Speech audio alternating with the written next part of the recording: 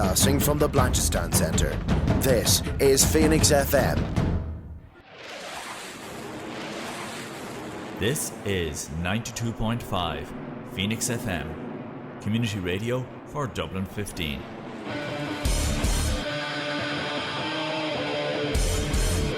Hey everybody, it's JB Jeremy Borash, and you are listening to Darrow O'Connor on the...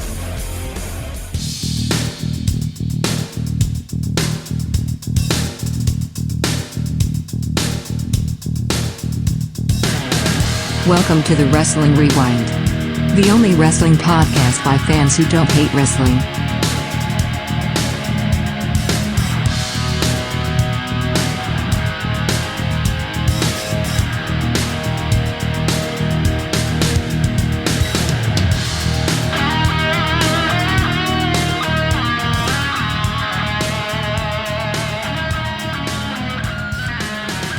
Okay, folks, welcome to the Wrestling Rewind here on Phoenix 2.5 FM, Nerd to Know Media on YouTube, and of course the Wrestling Rewind, the True Penny Channel. Thank you so much for joining us. The only wrestling podcast by wrestling fans who don't hate wrestling. My name is Darrell Connor, and joining me is the one, the only Mr. 1-0, Martin Hardy. Everything's Martin. We don't hate wrestling, but Dara, sometimes it's hard. You know what, right? So this show is going to be a little bit different than what we normally do, and when I did the video on YouTube, I said we luckily don't have to talk about this kind of stuff anymore. Yeah. You know, there was times when... This is a real throwback. This is a throwback, yeah, and not in a good way. No. Yeah, it's like, you know, when I started in the wrestling media, this would be very common, where, you know, such and such would have passed you, and you're just like, oh, you know. And luckily in the past... The guys in the 70s and 80s were just dropping dead. Drugged up the whole time and then dying at 45. Dying at 45, or, you know, you'd hear of Test, or, yeah, you know, way before. Particularly tragic, given he was going out with Stacy Keibler. My God. Yeah, well, he had a run in TNA as the Punisher under Martin, so that was... I remember him, and that's how I remember Test. Yeah. But no, it's... All joking aside, it was sad. It's always sad when that happened. In the past couple of years, we haven't had that, but news broke like a week ago that Sabu just passed. Yeah. After like 2 weeks out from his retirement match, which we talked about on the show, and we were kind of horrified by it, and yeah, you know how stiff and bad it looked, as far as like he looked like he was in pretty bad shape. 2 weeks out from his retirement match, and only 60 years old. Only 6, dude. I didn't think he was that young. Oh, like 60 I thought Sabu was like 60 years ago. 60 nowadays is... You still have a good run left in you. Oh yeah, 60. 60. Yeah, absolutely. So for him to just drop dead in very unexpected circumstances is crazy. And you know, we talked about a little bit about some of the Joey Janela stuff, his drugs that he was given before he went out. Yes. So for anyone who hasn't heard the previous podcast, basically Sabu was kind of just barely able to walk. He wasn't able to walk before the CZW show, and Joey Janela, in a really weird kind of jokey, laughy way, admitted, "Yeah, I gave him a load of drugs, so he was able to." He made it clear that he didn't give him like heroin. Yeah, it wasn't black tar heroin. No, some kind of a upper. Yeah, yeah, which is equivalent to saying, "Oh yeah, I killed him, but I didn't skin him alive." It's very weird that he put it that way. But, you know, it then would transpire that he would just die. Now, we don't really know what he died of. No, so we don't want to make any... Yeah, we still don't know that. Just not... Even if that wasn't what led to it, it's still just not respected. It's not It's just not good practice. Yeah, like, it's... Joey Janela has a lot of stuff around him. And, I mean, I lost a lot of respect. I didn't really have that much, didn't really know that much about him, but I was just like, well, man, the man's dead. He's just dead. And, you know, it was just awful to hear someone just be that flippant about it, you know? But, look, that's not what we're talking about here. It did kind of get a lot of people talking about Sabu, which is great. AEW did a tribute, WWE did a tribute. But the one we're going to talk about is the one that gets overlooked, in my opinion. I talked about it a little bit on the video. TNA in 2005 into 2006 was peak Sabu. Yeah. Because when he came back to WWE, I loved his the stuff he did, even though it was super limited. His match with Cena was great. His match with the Big Show was very good and too. And the ECW stuff And the ECW was stuff. legendary. Like the original ECW stuff was legendary, but ECW had that really limited kind of camera and production work. Yeah. So I think the sweet spot with this kind of run of TNA shows is that you got ECW or nearly ECW Sabu, but with like a significantly higher quality of budget of production and filming, because you can see it from all the angles. But the thing about it is, at this time period, we're like 4 years out from the death of ECW. We're a year out from WWECW. So everyone involved, if they were an ECW alumni, are still, or alumnus, they're still in good working condition, you know? So Sabu at this point, he's still Sabu. Yeah. And Best is the best. Rhino is Rhino. Rhino's Rhino. Kind of like you're the big TNA guy. Would you say is this the golden age, or Yeah. is the golden age more centered around like AJ Styles? No, well, AJ Styles was still there. This is when he was doing it. 2005 to 2007 is the golden age of TNA. The house that AJ built. Yeah, well, the house and Jeff Jarrett. Yeah. I mean, for real, like, you know. But anyway, so look, TNA did something really, really cool. On their YouTube channel, we will link below. They put out a playlist. And not only a playlist, they put out a video. They actually made a video of like a bunch of matches. Yeah. With Sabu in them. And full matches. Up-res from what I assume they were at the time, or at least to fit modern screens, I guess. Yeah, well, they obviously would run it through a HD.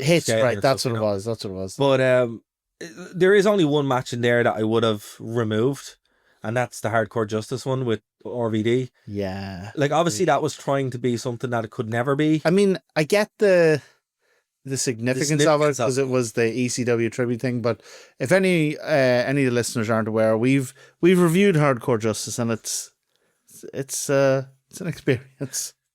Basically, Martin not a good one. Martin will never again say, "I wish to see an ECW show run by ECW people." I'll never again say, "I wish." But no, I mean, like, that, I think that was included because of the significance of it. Yeah, because they didn't have a better match. Yeah, you know. But it is one you can skip. But the rest of the playlist is actually like really, really, if not good, great. Yeah. So and even we're not good, like really great spots, really great moments in it. So we're not going to cover everything on it. We will kind of we do recommend you watch all of it. Yeah, we're going to focus on 3 matches specifically. But like the reason why we're not doing all of it is one for time, but also he wrestles Abyss a lot. Like three of them are Abyss matches, and like they're not the same. They're good, but if you've seen one. Well, yeah, look, the one I would say to watch, to be fair, like 2 of them are no disqualification matches, and they're kind of the same match again, but the Barbed Wire Massacre match with Abyss from Turning Point 2005 that's pretty cool. Is a pretty good one to watch. We're not going to talk about those. We are going to talk about one that starts it off, and it's like super early into TNA. It's from their weekly pay-per-views, and it's one that, Martin, you've never seen before. Never, no. And it's someone like, it's so crazy because around that time, it still has a lot of WCW, WWA guys. Yeah. Crowbars randomly in this. You know? And we were watching it going, who's that guy? It's like, oh my God, it's Crowbar. You know? So. What's Crowbar doing in the Impact Zone? It wasn't even, it was the Asylum. It wasn't the Impact Zone. So, but this match was Sabu versus Malice. And Malice single-handedly has... Malice! Who the F is Malice? His tattoos are a thing of wonder. Yes, they are 13-year-old emulating Goldberg. Okay, here's a real question. Who has the worst tattoos? Oh. Him or Lance Hoyt? Oh, see... Not current Lance Hoyt. Okay. Tramp Stamp. Okay, right. Not current Lance Hoyt. No, TNA. Tramp Stamp Lance Hoyt will always be the worst. At least his tattoos go together. Malice's tattoos are like random collection of like I want this cool one and this cool one. Yeah. It's like someone who lost to run themselves with like temporary tattoos. Yeah. Whereas Lance's had a theme, which Yeah. was bum me. But at least it was a theme. At least it was a consistent theme. Yeah. Whereas Malice's theme is, here's a load of cool stuff I saw other people do. Yeah, just like randomly and Put it on me. So with that being said, the match itself, it's a hardcore team match, but it's not a hardcore match. It's actually a ladder match Yes. for a shot at the TNA title. Ken Shamrock's name is on it. So this is when Ken Shamrock was having his run in TNA, his first run in TNA.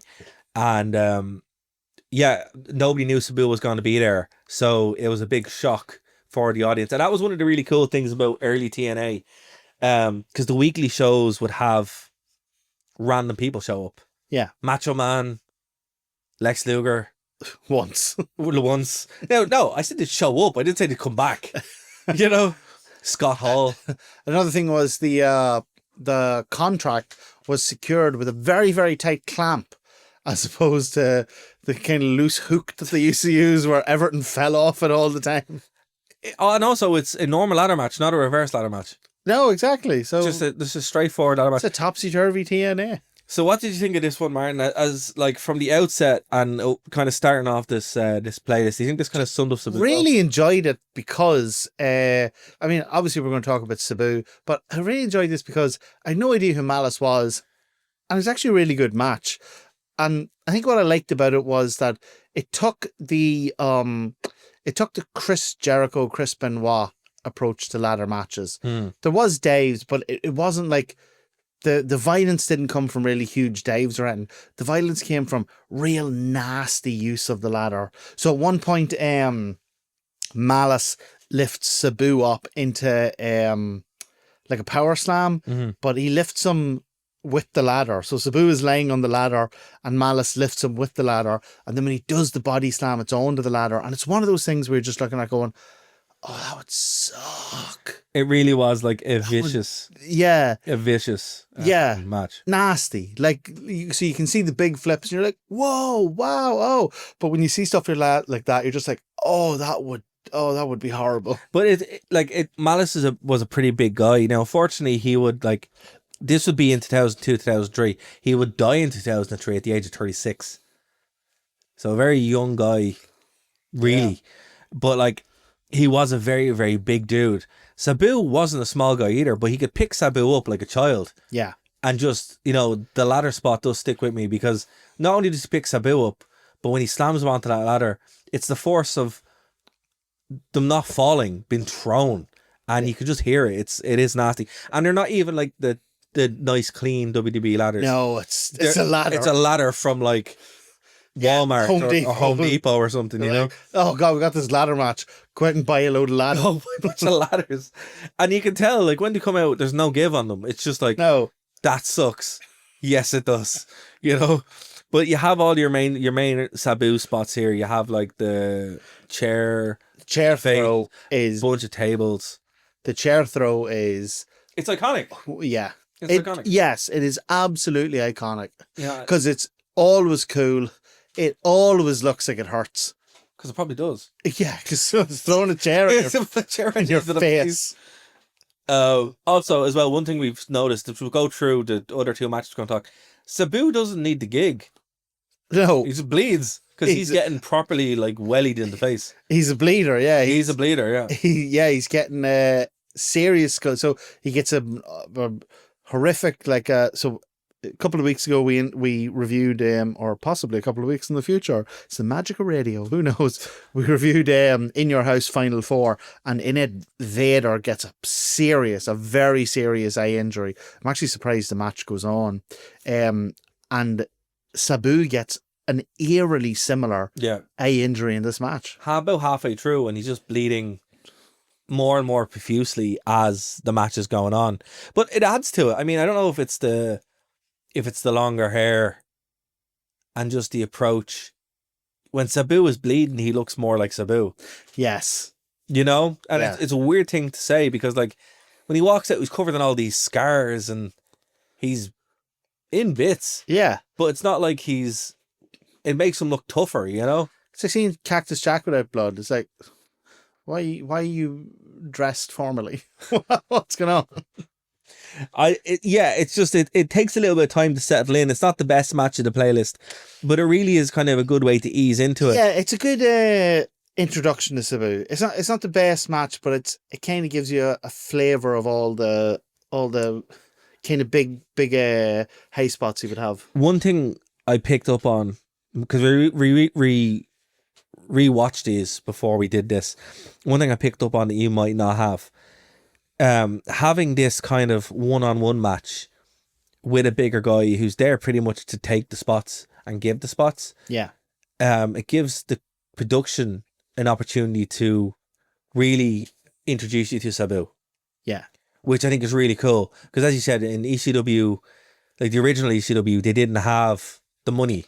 It was a one camera setup and that was it. But with this, you can see, when they're doing the chair, it's double camera cut. Yeah, and you get a lot more of the character work and you're seeing a lot more. Like in ECW, you see Sabu do the huge moves. You don't see the pain. No, you don't see Sabu. You see him dive out of the ring through the table. But then you don't see the up close look of his face. But like the dude's in genuine pain.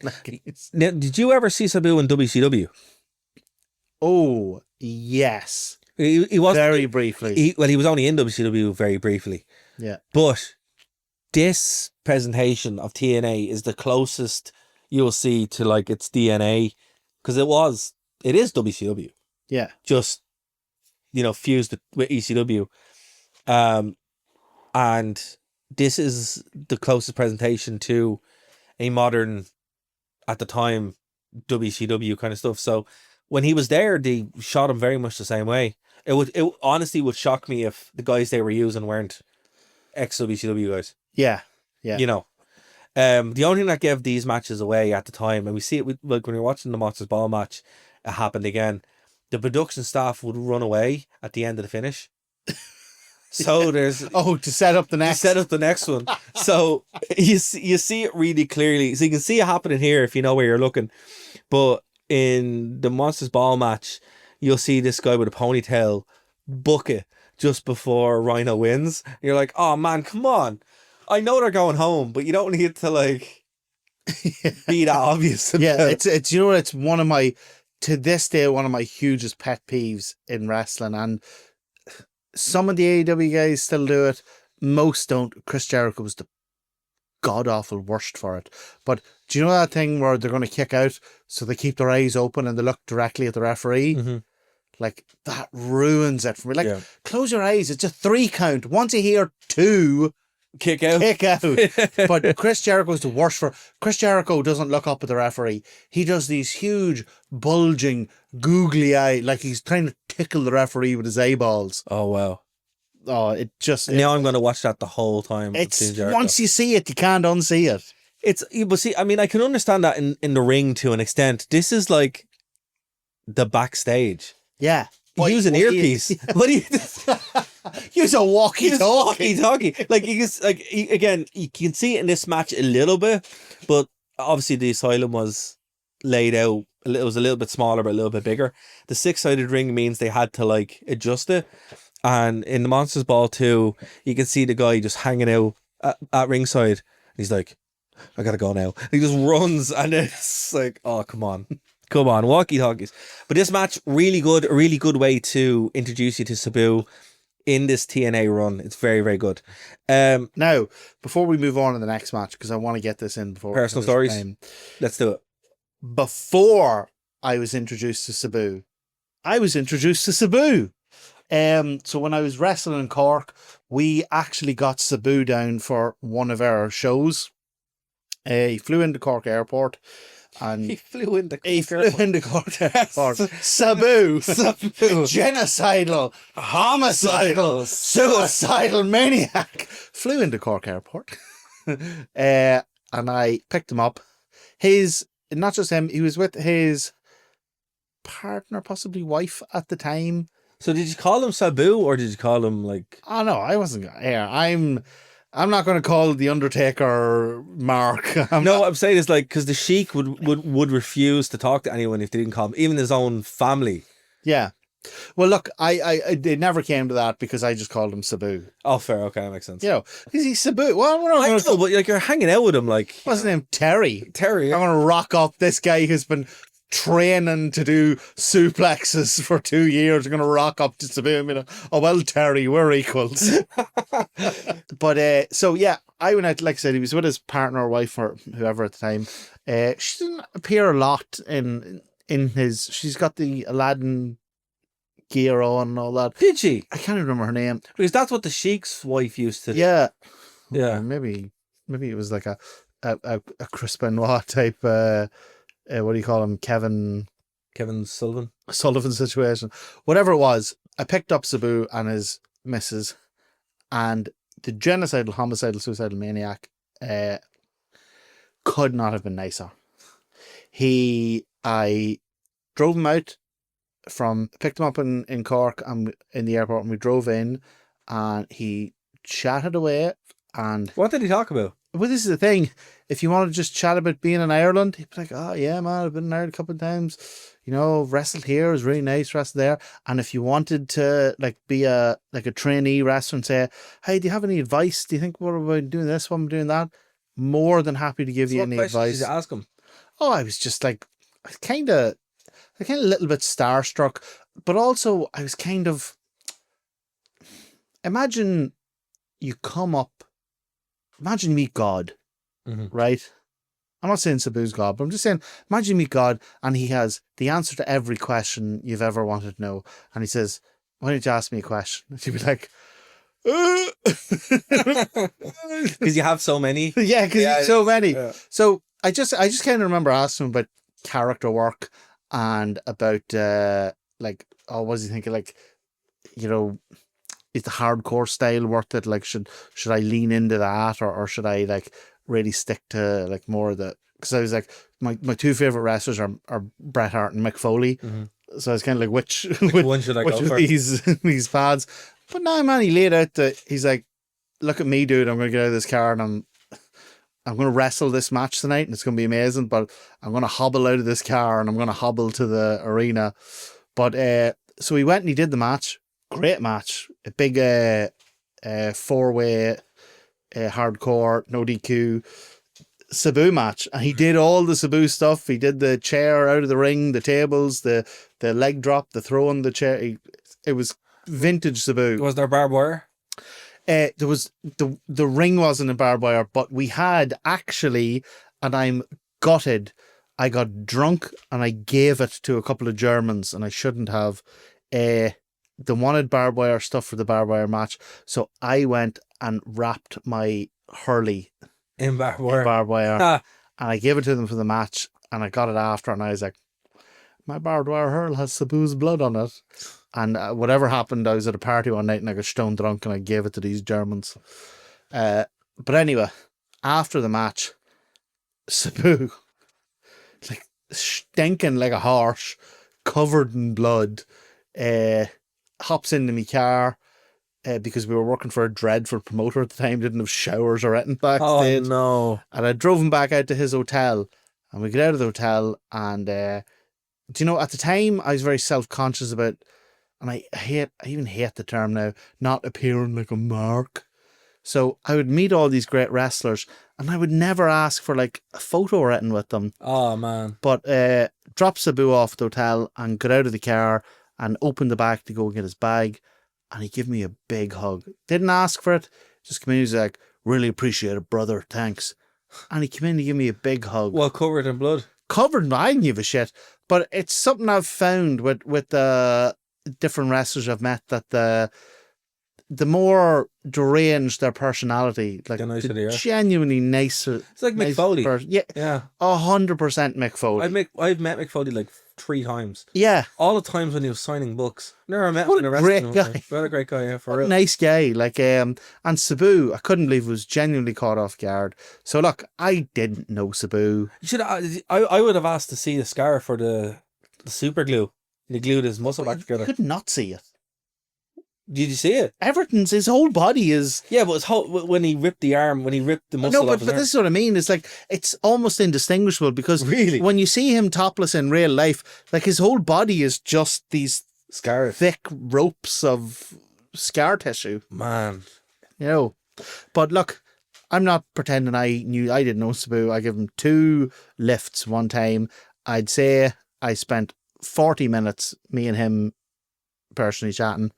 But in my experience, what a great guy, and what a genuinely sad loss for wrestling fans. There you go. Like, I mean, that's pretty cool, man. I never got a chance to meet Sabu, never got a chance to interview Sabu, but that's really cool that you had that and could share that, because, like, I didn't know. Again, I didn't get a chance. I saw Sabu wrestle one time only. I was 14, 15, if I was. WWA, our favourite promotion. Oh, the only promotion. The only promotion. And it's on Cage Match incorrectly, because you say it's in the RDS. I believe it was in the Point. I could be corrected, but I do remember being in the Point, because I have a picture of it there.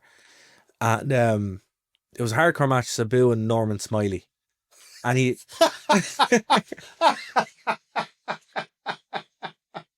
Amazing. He did all the Sabu stuff. It was like 2002. It's a hardcore match. Sabu and Brandon Cutler. No, man, he did all the hardcore stuff. The chair, tables, blah, blah, blah. And I remember I was talking to my dad there last week when Sabu died, and he was like, "Oh, Sabu, I remember Sabu." I was like, "You remember Sabu?" He goes, "Yeah, the guy with the headdress who jumped off and hit everyone with chairs." I was like, "Yeah, Sabu."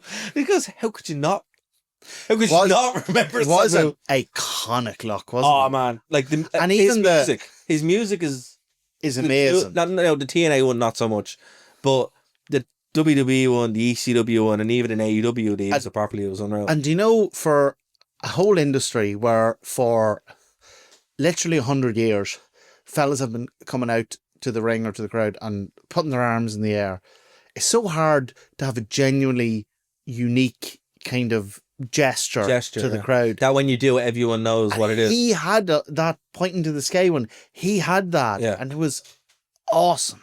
But here's the thing: he's unparalleled. I mean, when we saw the tributes from CM Punk and from Taz, they all did it, and like everyone, didn't have to tell what it was, because everyone knew what it was straight away. You know, he's one. Do you know what he is? It's the ultimate testament to a wrestler's popularity. He's one of those guys you could immediately tell by his silhouette. Yeah, who it was. Like it's a horrible shame, but the thing about it is, like, his legacy will live on forever, because he is one of the guys who has inspired so many people. Like, you're talking, you mentioned John Moxley. There's no way John Moxley wasn't.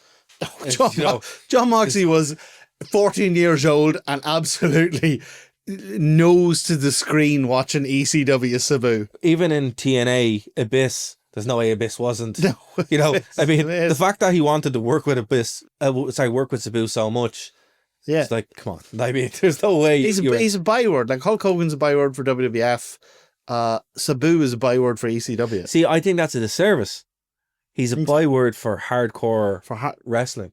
Because, and this is the whole point. Why I want good point. We could have sat here, right?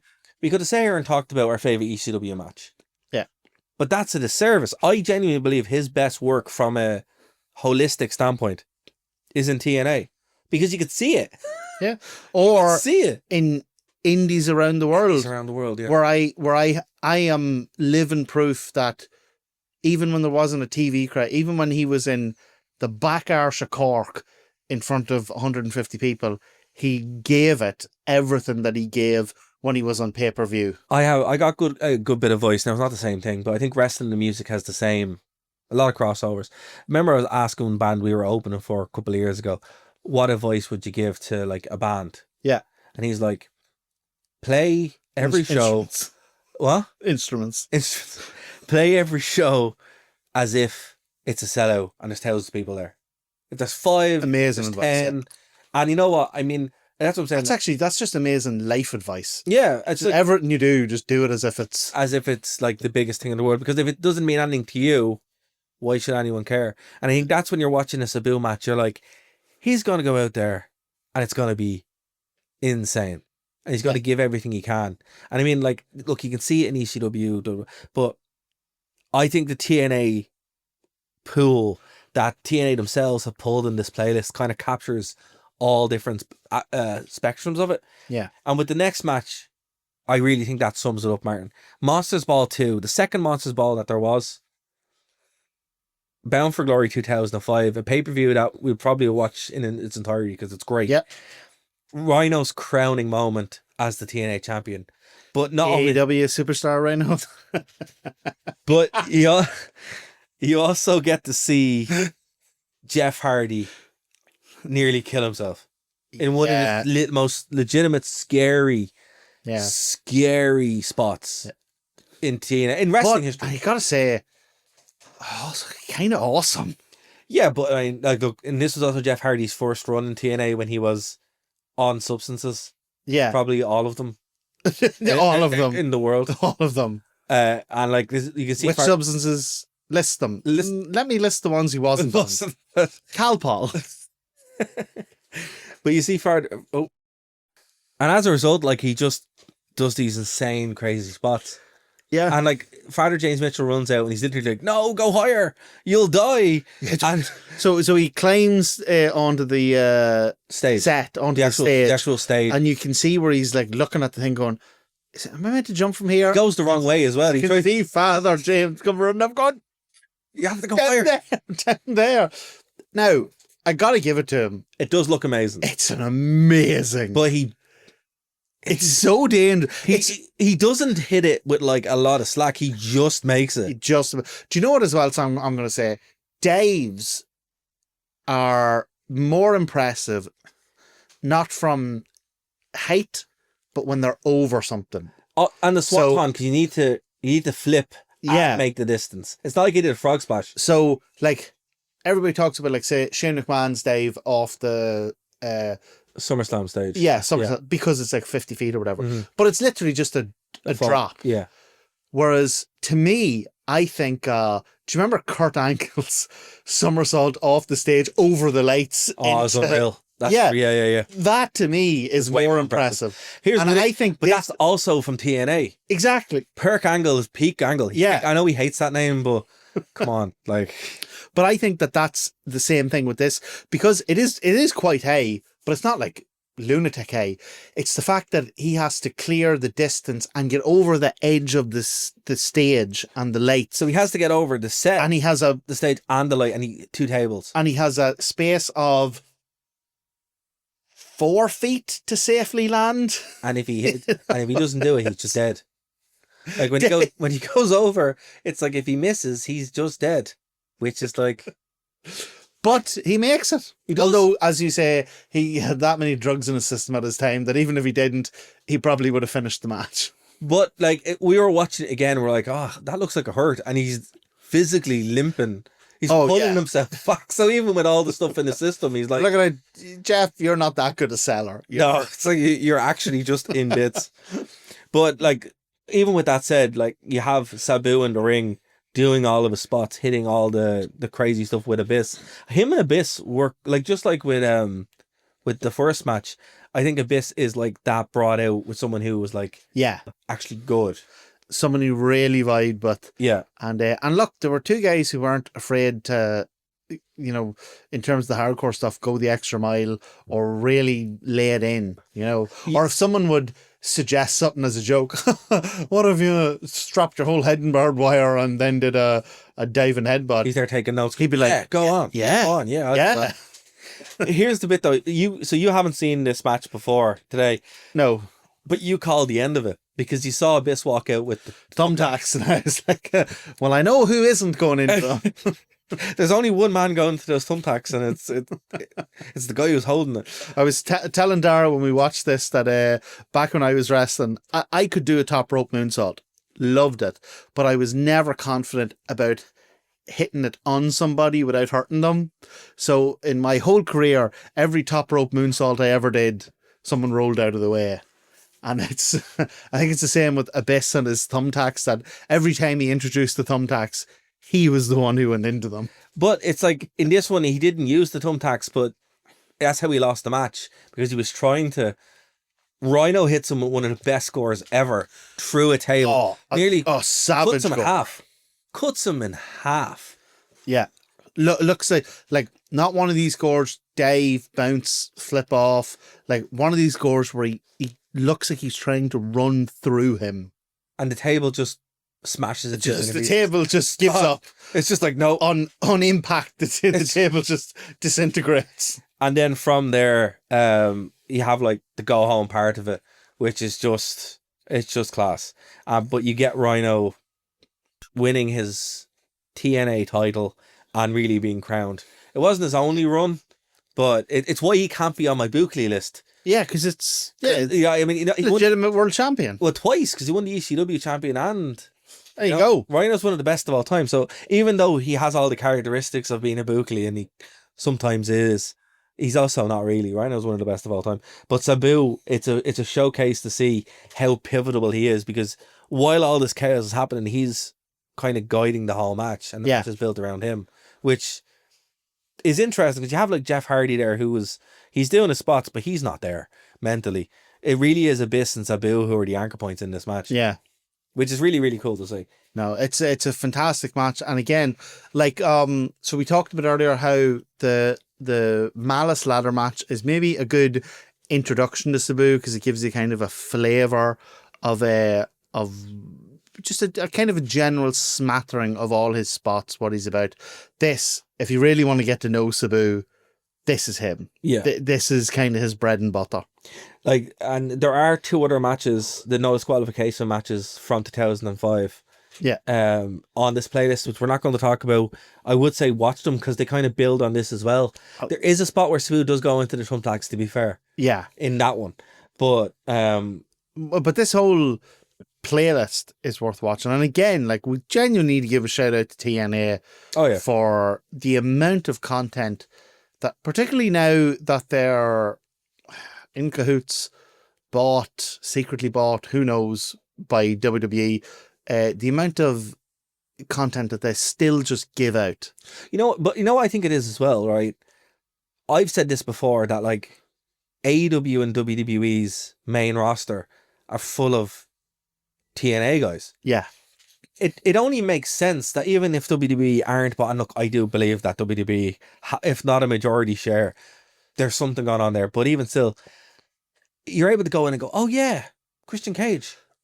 Go watch. You got Christian Cage. Stuff, who's wrestling John Moxley in a cage for the world title on Dynamite? Samoa Joe. This makes sense. Who's like still a top guy in WWE? AJ Styles. Absolutely. Like, this is. But look, it is a really fair point you make. There's some way where they're like, you know what? Just put it up there. And there's obviously the revenue they're getting from the video. Here's the thing. The revenue they're getting from the videos anyway, they own it. I mean, it's there. It doesn't make any sense. And it's there in the way. In perpetuity. Yeah. And it probably wouldn't even be worth their while. Like, if it would be sad to see if they were bought by WWE and then WWE took all that and stuck it on Netflix or... Not, well, to be fair, WWE have launched the WCW channel, so I do think... That's... Yeah. Have you watched any of it? Yeah, it's good. Yeah, very good. Weird choices.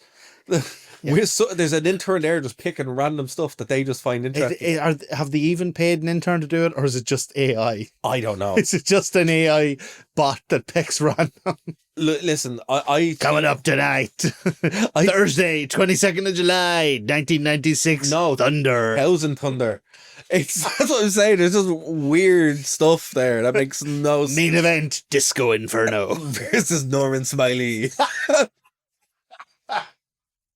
So I don't know, but like I do think this is so. It's like a joke, but it's so. It was a match. It was a match from Thunder in 2000. Oh, Thunder! You had so much potential. No, it didn't. Oh, it did. It could have been great, but it wasn't. When Nature was firing on all cylinders. Another 2 hours of Thunder Martin, could have been amazing. You're very close to me going, I didn't say I want to see. WWE. I didn't say I want to see. I said it could have been. I just wanted to call it out because this is how we ended up watching Hardcore Justice 2010. No, I've learned. But no, I mean, like, I think a lot of the future of YouTube is going to be that, where they just upload all, because it's 20-year-old content. Like, I mean, yeah, the DVDs, actually, probably why they're doing it. DVDs aren't a thing anymore. They are, but they aren't. And aren't we the worst off? We are. But like lots of Fremantle Media and Silvervision before it, were doing WWE DVDs for years. They just stopped doing it. So now it's like either it sits on a vault for years and nobody watches it, or they make money off it. It's a revenue stream. Yeah. Do you know what is genuinely saddens me? What? Is that I don't and can't have a DVD collection of every AEW pay-per-view. Because they don't do them. Yeah, exactly. Yeah, Well, sometimes they do, but in really limited runs, yeah. Yeah. But my God, I would love like a DVD collection of every AEW pay-per-view. But then look at the other things. Like, imagine 3-hour triple disc best of Rampage. Because like Rampage was, a lot of the times it was not great, but often Matches. it had some amazing stuff on it. Look at then wrestlers that Brody Lee. Imagine the best of Brody Lee in AEW. Like, See, I just think it's one of those things where, like, by moving to a streaming service, you have this. yeah. But at the same time, it's left this very interesting point where it's like Yeah. this older content. You can't, like, I think we moved past like the streaming service as a thing where it's like everything needs a streaming service. Yeah. So it's like AEW is on Max. Yeah. And sometimes Prime, depending on where you are. and Triller and Yeah. WWE is on Netflix, right? So where does everyone else go? Yeah. YouTube. You know? Yeah. So it's a weird thing. It's a weird byproduct that I didn't think we'd get. But the fact that WCW has its own channel, Yeah. it's also very weird. I think it's one of those progresses that wasn't really progress. I think DVDs, not DVDs specifically, but even going back to like tapes and stuff. Like, how many people learned about wrestling from tape libraries. sharing tapes? You know, I think it's a key part of the history that maybe should have been. Look, progress is progress. DVDs cost money to produce physical things. Blah blah blah. I'm not calling for it to happen. I'm just saying it's a shame. That's all. No, it is. Like when Fremantle Media stopped doing WWE DVDs, Yeah. I was like, oh. The only thing I don't miss about Fremantle was they used to start all their DVDs with Silvervision. Silvervision. Yeah. Silvervision Yeah. takes you inside the ring and Inside beyond the the ropes. ropes. And I'm like, but that's just back outside of the ring. You go inside the ring and beyond the ropes. You're just back out of the ring. Unskippable ads. Yeah. Unskippable ad where you're like, okay, listen, I've seen this ad. Like, I'm not going to try this at home. Can we just Not watch? on DVD, baby. The only unskippable ads on DVD were the anti-piracy ones at the end. Which ironically had your man, they stole the music. yeah, for the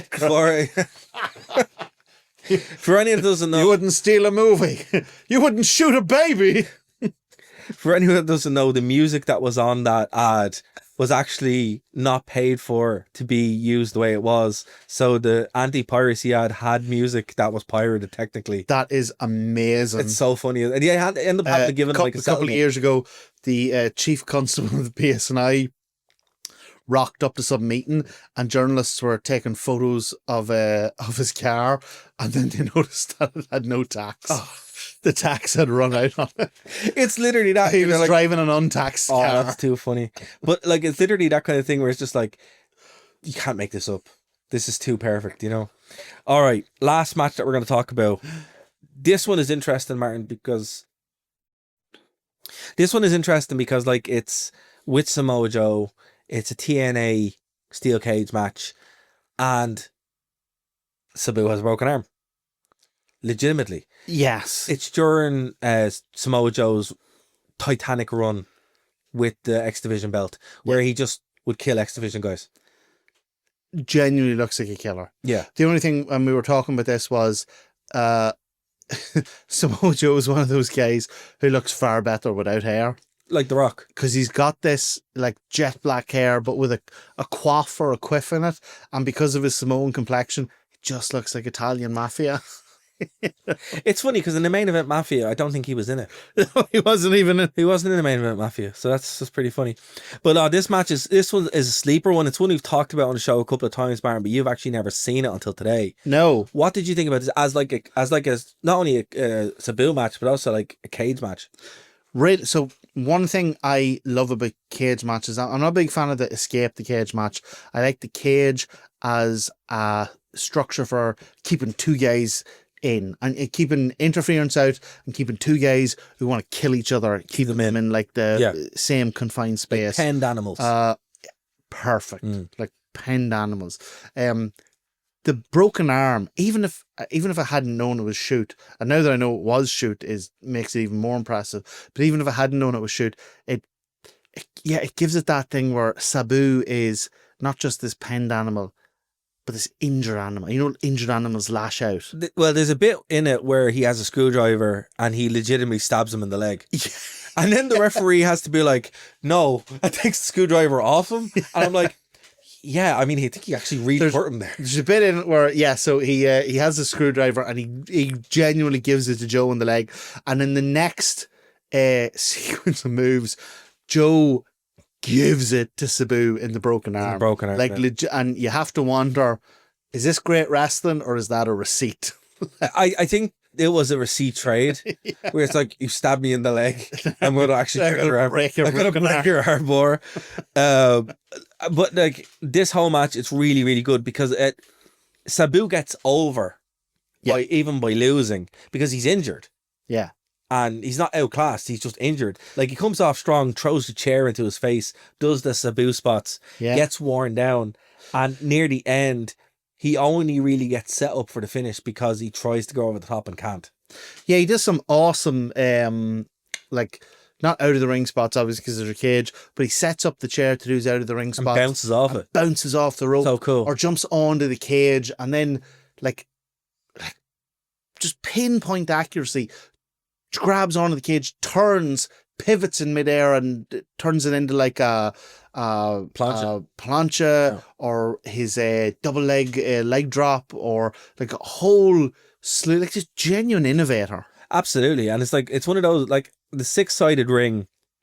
I really like 6-sided ring. Yeah. I do think, again, we were saying, you know, there's reasons why, you know, I think bringing it back for Lockdown, it's a great idea, like a Lockdown match. Because the thing is, when you're watching this, you can see how he's able to use every part of the cage, which you couldn't get with a 4-sided cage. No. You just couldn't. And so we talked about how the 6-sided ring has a lot of positives and negatives. So, I mean, it has a lot of negatives. But I think the big positive is that it distinguishes them from everything like it else. looks like TNA immediately. I get that wrestlers didn't like it. I get that it was probably difficult to work in. But I completely agree with you. I think one pay-per-view a year. Yeah, Lockdown. Yeah. And not for one match, for one pay-per-view. Yeah. And like, it should just be what Lockdown is. They shouldn't sell it as if the 6-sided ring is like a Hell in a Cell, like real dangerous or anything. No, it should just be, it's Lockdown. It's old school TNA. Because like the Lethal Lockdown match, which would be the main event of Lockdown, looks so much better. And it has to be in a 6-sided ring, the Lethal Lockdown. Yeah. Well, it doesn't have to be, but it looks weird. But that's what it's, it looks like WCW's Triple Cage otherwise. Exactly. So when it's in it's kind of like when we talk about like the King of the Mountain match or the X Division match, it's one of those things that is iconic TNA. And I think it's legitimately worth bringing back for one pay-per-view a year. Here's the thing, you know, going back and watching this TNA stuff, and I'm really glad we're able to do it now because TNA is in a really good position, having a resurgence rather. I think if TNA do want anything like this, they should look back into their past, pull this stuff back, bring it to the modern age. Here. And it makes so much sense. I'm not a TNA guy, but if I heard, TNA's doing a 6-sided ring pay-per-view. Yeah. I'd watch that. King of the Mountain would be great for, I'd absolutely tune in for that. The reverse battle royale, maybe don't do that one. You know, there are some like goofy ones. Not saying, don't bring it all. Bring it all back. Don't give Vince Russo a call and be like, hey bro, do you want to come back? No. Cherry pick this. Cherry pick it, yeah. Just pick the good stuff. And definitely Lethal Lockdown in general, 6-sided ring for one pay-per-view a year. That's great. And it's again, because you get to see what innovators like Sabu was able to do with it. Can you imagine the younger wrestlers now in a 6-sided cage? Yeah. That would be really cool. You know, like they already so much for them to learn, but also so many opportunities for them to innovate. Exactly. And for them to set themselves apart from the crowd in a way that they can't, in other companies that only have the 4-sided ring. And again, like it's, as you said, if you know, as a non-TNA follower, really, like week to week. Yeah. If I heard they were doing they're doing that, they'd be like, oh, actually, I'd 100% it tune would in have for the that. same appeal as the Royal Rumble. Can you imagine if you log on to social media one day and TNA is like, it's back. 6 side, 6 side, 6 side, 6 side, 6 side, 6 side. And then they're like, send me a check. But I genuinely think people would. I think so too. Yeah. Like the thing about it is, it's like And you know, you do that, you have your novelty, and Yeah. again, like the Royal Rumble, even if it's a bad I think match, it'd be like the Royal Rumble. I think it'd be like Warriors. the Continental Classic. I think it'd be something that people who don't even regularly watch would tune in for. because of the spectacle of it, 100%. and the fact that it's one a year, like it's Yeah. money on the table. And I think like we were talking with WWE, leave it a couple of weeks ago, talking about the museum leaving it on the table. I think TNA not going into their past, cherry picking it. They're also just leaving money on the table. Yeah. Also, the WWE games, right? The most recent one is the TNA pack, right? That's how close the relation. There's a TNA pack. There's loads of TNA guys there, like Morrison. But is that an it's not official? called the TNA pack, but All it right. has TNA guys. Okay. But But it kind of it shows It's- where the relationship's heading. what I'm saying is, you could have that as DLC, where you have a 6-sided ring in it with a bunch of TNA guys from the past. Get Sabu in it that way. You know, it's just it just makes no sense to not do that. Yeah, no, 100%. Like there is, look, people talk about TNA's past as if it's like A bad thing. Yeah, Well, it as never if was. It's byword for shoddy wrestling or whatever. People did the same thing with WCW as if it was a byword for shoddy. But there is so much in there that is worth preserving. Look, the WCW one, I think, is more justified because of how deep the fall was. But even still, when we were going through the 2000 shows, they were really good. They were Yeah. getting back on track. Particularly the last two or 3 months. Yeah. We're really, like, We're really watching good. this going, like, so we went into that WCW arc thinking, oh my God, what a slog. And some of it was just the worst wrestling you'll ever see. But man, when we get into the last couple of pay-per-views, we're like, this is something we would watch. Yeah. This is potential. Like, if this had been saved, this could have been something. You know what, though? I think it was. And you know where it was saved? In TNA. 2005. 2005 to 2007. That's where you get it. And I don't say that as a joke. I mean, legitimately. No, you're right. Sitting in there, and that's kind of when. And if you're watching it from that mindset, I remember saying it to Dixie Carter. I was like, she was like, "Well, what's TNA like to you?" I'm like, "Well, it's WCW. Best parts of WCW mixed with ECW guys." And she was like, "No, we're our own thing." I'm like, "No, you're that." Like, you know. Yeah, and that's not a bad And that's thing. not a bad thing. And like it was it made it very unique. Having the 6-sided ring there as well definitely helped. But the approach was a huge thing. So I mean, like, again, if you haven't seen this playlist, we are going to pop it below because Yes. it's totally worth your time. It's 2.5 hours. Yeah, sit down and watch it. Sit down and skip through it. Pick the matches. You know, Yeah, but like as I said, some of it repeats because yeah, it is what it is. But I would say even, you know, the only one that's a hard skip is the Hardcore Justice. yes, That's the only one that I'm like, it doesn't really do anyone any favors.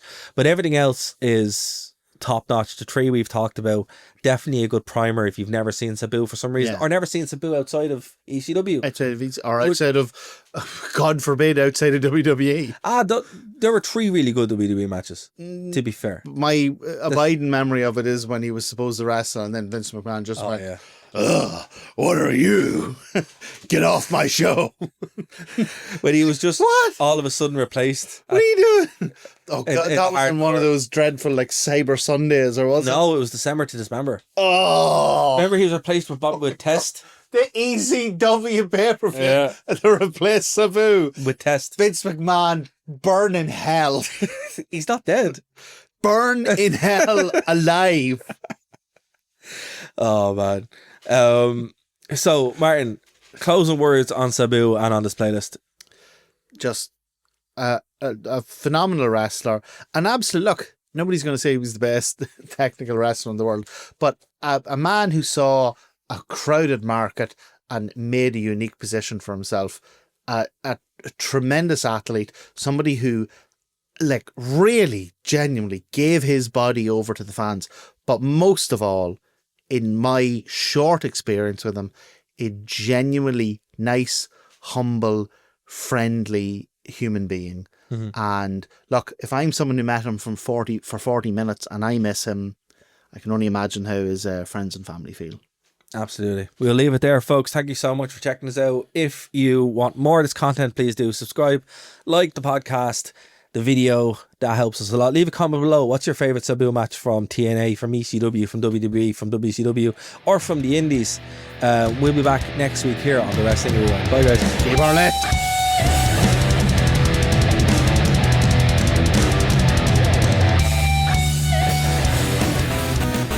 Thank you for listening to a Nerd to Know Media production.